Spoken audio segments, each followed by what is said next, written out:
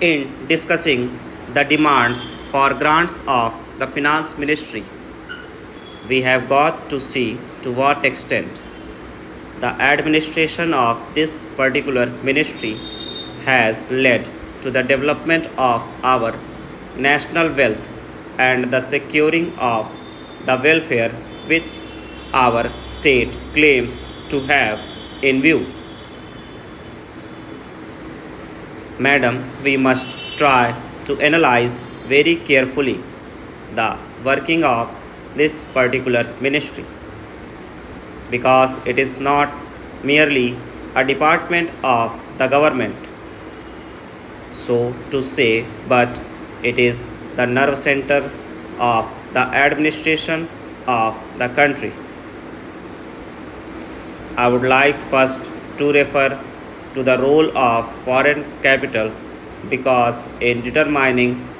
the manner in which the permission of capital issues has been granted by the particular administration, we should keep in our mind to what extent the interests of our nation have been served. I fully endorse the statement which the previous speaker has made so far as repatriation of the investments made by foreigners and of profits are concerned. We have dealt with this topic quite a number of times, and I do not want to reiterate anything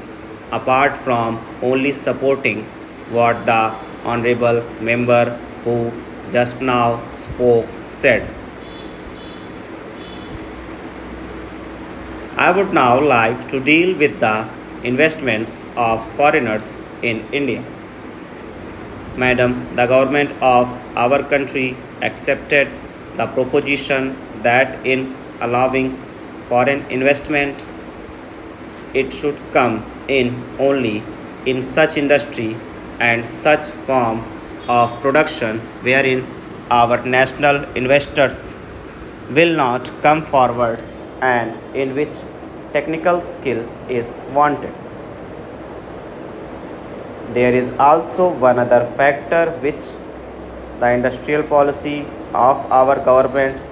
of 1948 as adumbrated further in 1949 by the Prime Minister laid down. It specifically said that the control and ownership of such concern should, as far as possible, be in the hands of Indian nationals, and the technical know how of our country should be developed.